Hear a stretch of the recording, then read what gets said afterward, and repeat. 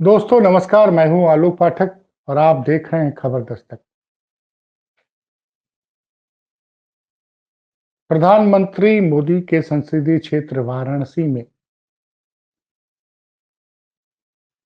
असामान्य परिस्थितियों में बिहार की एक नाबालिग बेटी जो सासाराम जिले की रहने वाली थी, जो वाराणसी में रहकर मेडिकल की परीक्षा की तैयारी कर रही थी, उसकी संदिग्ध परिस्थितियों में 1 फरवरी को मौत हो जाती।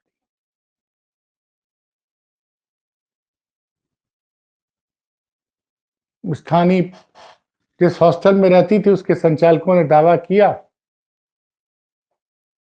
कि उस लड़की ने अपनी जान खुद ले ली। लेकिन लड़की के माँ-बाप ने गंभीर आरोप लगाए हैं स्थानीय पुलिस पर। उन्होंने कहा मेरी बेटी ने अपनी जान नहीं ली। हमारी उस बेटी से उस दिन बात हुई थी 31 तारीख की रात को, वो प्रसन्न थी। उसकी इज्जत लूटी गई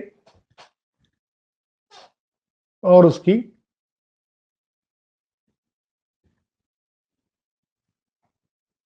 हत्या कर दी गई। वैसे पोस्टमार्टम रिपोर्ट में पुलिस का दावा है कि उस बेटी के साथ दुष्कर्म नहीं हुआ। परिवार ने ये भी आरोप लगाया कि पुलिस ने जबरदस्ती हमसे उस बेटी का अंतिम संस्कार करा दिया। परिवार ने 1 फरवरी को ही तहरीर दी थी भेलीपुर थाने में कि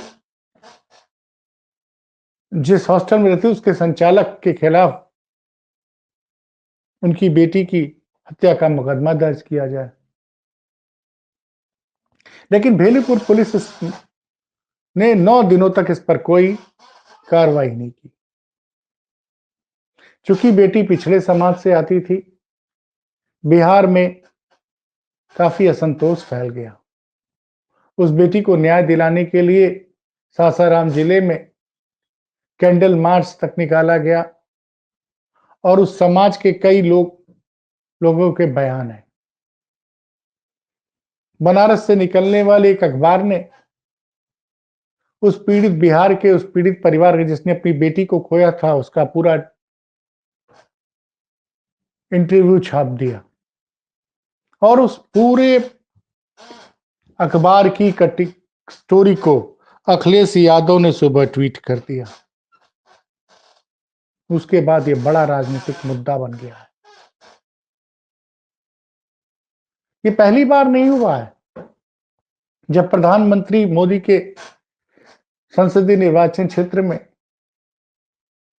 किसी महिला के प्रति गंभीर अपराध हुआ है और पुलिस ने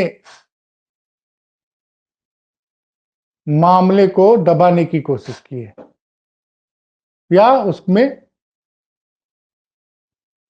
पुलिस पर आरोप लगे हैं कि पुलिस ढंग से जांच नहीं की। पहली बार नहीं हुआ है। याद कीजिए आईटीबीएचयू की बेटी के साथ जब दुष्कर्म हुआ था 2023 में 1 और 2 नवंबर की रात में, काफी हल्ला मचा। 2 महीने तक आरोपी गिरफ्तार नहीं हुए। बीएचयू के हजारों छात्र छात्राओं ने लगातार वहां धरना प्रदर्शन किया। 2 महीने बाद आरोपी गिरफ्तार होते हैं। पता चलता है कि वो तीनों आरोपी भाजपा से जुड़े हुए बताए जाते हैं, जुड़े होते हैं। उस वक्त चूंकि लोकसभा चुनाव सामने था, उत्तर प्रदेश सरकार ने दावा किया हम फास्ट ट्रैक कोर्ट में मुकदमा चलाएंगे और 1 महीने के अंदर आरोपियों को सजा दे दी जाएगी। लेकिन साहब, फास्ट ट्रैक कोर्ट में अभी तक मुकदमा में सिर्फ सुनवाई चल रही है और तीनों आरोपी की इतनी मजबूत पैरवी की उत्तर प्रदेश पुलिस ने कि 8 महीने में तीनों को हाईकोर्ट से जमानत मिल गई। उसमें उस पूरी घटनाक्रम का यह असर रहा कि प्रधानमंत्री की लोकप्रियता पे काफी फर्क पड़ा और 2019 के मुकाबले 2024 में प्रधानमंत्री मोदी लगभग 1.5 लाख 2019 में 2,70,000 से ज्यादा वोटों से चुनाव जीते थे। तो 2019 में उनका 24 में मार्जिन कम हो गया था। 5 घंटे तक प्रधानमंत्री मोदी अपने लोकसभा निर्वाचन क्षेत्र में मतगणना में कांग्रेस के प्रत्याशी से पीछे रहे और आलम यह था कि वाराणसी और भदोही और मिर्जापुर छोड़ के पूर्वांचल की बाकी सारी सीटों पे भाजपा का सफाया हो गया था। और आपको पता है कि बिहार में चुनाव है और वाराणसी में बिहार से लाखों 1 लाख से ज्यादा लड़के लड़कियां वाराणसी में रहकर पढ़ाई करते हैं, इंजीनियरिंग और मेडिकल की तैयारी करते हैं। अब अखिलेश यादव के ट्वीट के बाद यह बड़ा राजनीतिक मुद्दा हो गया है। वैसे इस मुद्दे पे कुछ विवादित ट्वीट कल समाजवादी पार्टी के प्रदेश प्रवक्ता मनोज काका और 2 लोगों ने किया था। पुलिस ने उनके खिलाफ एफआईआर तुरंत दर्ज कर लिया। देखिए, उत्तर प्रदेश पुलिस ट्विटर पे उस बेटी को न्याय दिलाने के लिए एक ट्वीट करते हैं। मनोज काका सपा के तेज तर्रार प्रवक्ता हैं, उनके और 2 और लोग के खिलाफ मुकदमा दर्ज हो जाता है और एक बेटी जिसकी 1 तारीख को संदिग्ध परिस्थितियों में 1 फरवरी वो जान जाती है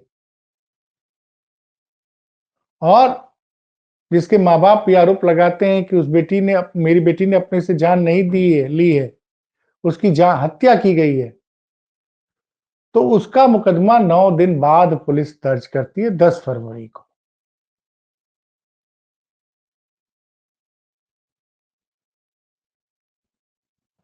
अब बिहार में चुनाव है। नीतीश वैसे भी थोड़े नाराज बताए जाते हैं भारतीय जनता पार्टी से, खासकर योगी सरकार से। महाकुंभ में आपने देखा होगा ज्यादातर भाजपा के मुख्यमंत्री और भाजपा शासित भाजपा जहां जहां पे गठबंधन में सत्ता में है उन राज्यों के मुख्यमंत्रियों ने भी या उप मुख्यमंत्रियों ने संगम में आके स्नान किया। लेकिन नीतीश ने महाकुंभ से अभी तक दूरी बना रखी है और दूसरी तरफ ये भी खबरें आ रही हैं कि नीतीश और लालू के बीच में अंदर अंदर कुछ बातें चल रही हैं। पप्पू यादव अलग लगे हुए हैं कि कांग्रेस और नीतीश का समझौता हो जाए, सीटों को बंटवारे के लेकर जीतन राम मांझी अलग सुर छेड़े हुए हैं। मुश्किल से 5 या 6 महीने बचे हुए बिहार के चुनाव को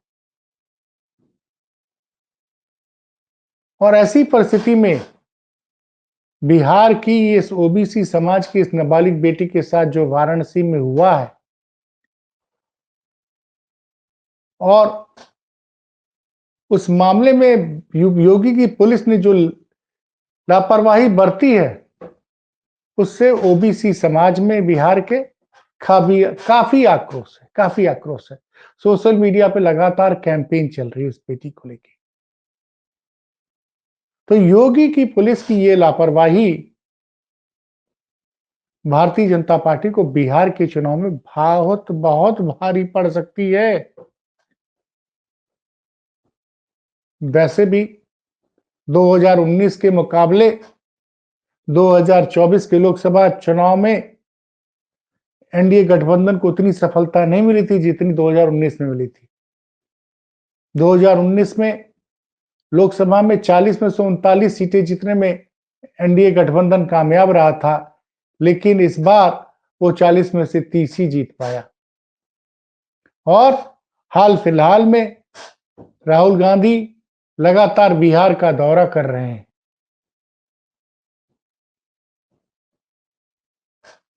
इंडिया गठबंधन की नजर न सिर्फ नीतीश पर है बल्कि जो छोटे सहयोगी जैसे जीतन राम मांझी की पार्टी का नाम जिक्र किया मैंने, यह भी खबर आ रही है कि रामविलास पासवान कि चचेरे भाई पशुपति पारस जी, माफ कीजिएगा, उनके भाई पशुपति पारस जी भी, वो अपनी पार्टी के जरिए 243 सीटों पे चुनाव लड़ने की तैयारी कर रहे हैं। तो इस परिस्थिति में अभी सीटों का बंटवारा फाइनल नहीं हुआ है एनडीए में, कौन कितनी सीटों पे लड़ेगा। और जिस तरह से ओबीसी समाज में नाराजगी है, बनारस में जिस तरह से बिहार की बेटी की मौत हुई उसको लेके, तो हालात अच्छे नहीं हैं प्रधानमंत्री मोदी के लिए। मोदी, और आपको पता ही कल भारतीय जनता पार्टी की केंद्र की सरकार ने मणिपुर में राष्ट्रपति शासन लागू कर दिया है। वहां के मुख्यमंत्री ने भी 2 दिन पहले ही इस्तीफा दिया था, वहां भाजपा की सरकार थी। क्या कुछ ऐसा ही यूपी में भी होने वाला है?